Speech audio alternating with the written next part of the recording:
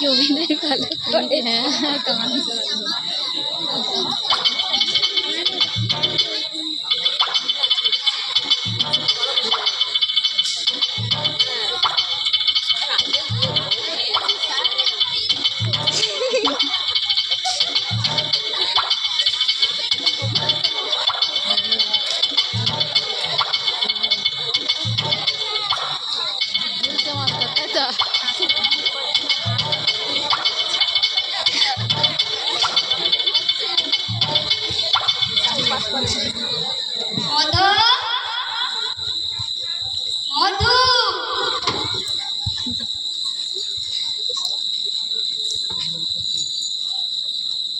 মধুসূদন পড়াশোনা কেমন করছে কালাচাঁদ বাবু?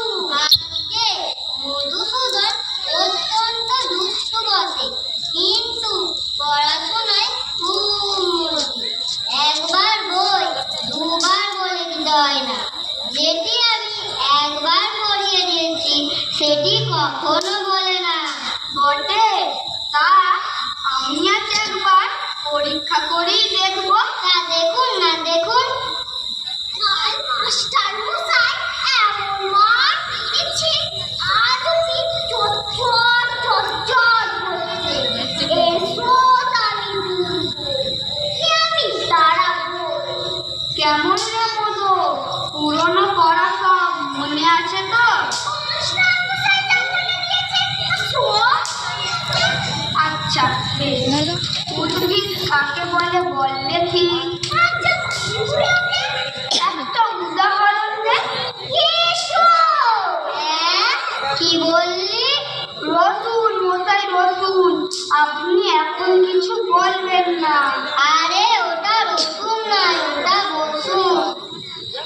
মধু, তুমি তো পদ্মপাঠ করেছো, কানে নাকি ফোটে বলো দেখি।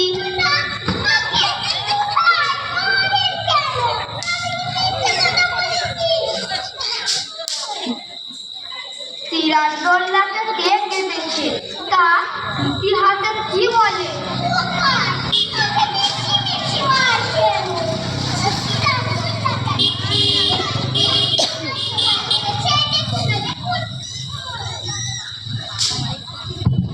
ব্যাকরণ মনে আছে তো?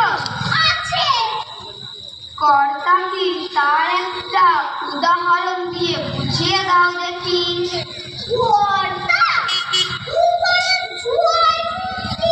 কেন বলো দেখি।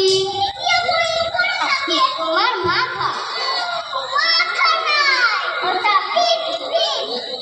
ষষ্ঠী তৎপুরুষ কাকে বলে?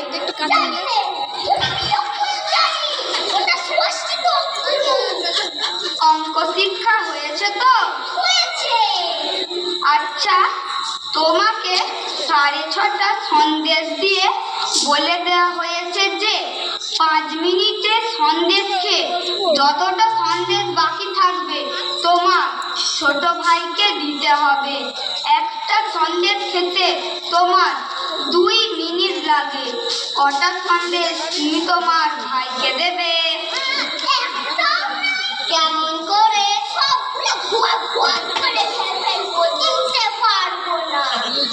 আচ্ছা, একটা বটগাছ যদি প্রত্যেহ চিকি ইঞ্চি করে উঁচু হয়, তবে যে বট এ বৈশাখ মাসের পয়লা 10 ইঞ্চি ছিল, পীরের বৈশাখ মাসের পয়লা সে কতটা উঁচু হবে? যদি সে গাছটা বেঁকে যায় তাহলে ঠিক বলতে পারি। আর যদি ওরা বড় হয়ে ওঠে তাহলে পেঁপে দেখলাম তাহলে হবে। আর যদি ইতিমধ্যে শুকিয়ে যায় তাহলে তো কথাই না। লক্ষ্মীকা, মেয়ে তোমাকে গান করবো, তবে তুমি দিতে হবে। আগে মারের জন্যে যদি তো পেঁপে যায়। কালাচাঁদ বাবু, ওটা আপনার ভ্রম। মারপিট করে খুব অল্প কাজই হয়। কথায় আছে, গাধাকে পিটালে ঘোড়া হয় না, কিন্তু অনেক সময় ঘোড়াকে পিটালে গাধা হয়ে যায়।